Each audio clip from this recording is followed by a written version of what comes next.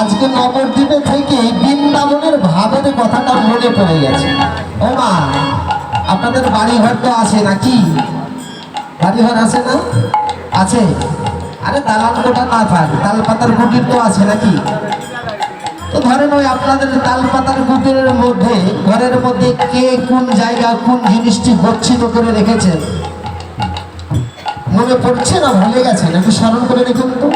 আপনার ঘরে কোন জায়গায় কোন জিনিসটা সুগচ্ছিত ভাবে রেখেছেন একটু মনে করে দেখুন তো। মনে কি পড়ছে না ভুলে গেলেন? ঘরের মধ্যে কোন জায়গায় কোন জিনিসটি রেখেছেন মনে পড়ছে না ভুলে গেছে? বলেন, কথা বলেন।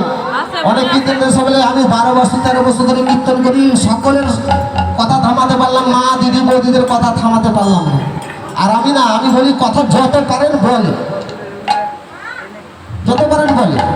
যদি গোবিন্দের কৃপা হয় আর আপনাদের চরণের আশীর্বাদ যদি থাকে, যদি দু একটা কথা বলার সুযোগ দেন, আপনাদের কথা বলা বন্ধ করে দেবে। আমি নয়, অনাদির আদি গোবিন্দ, তিনি সর্বকারণের কারণ।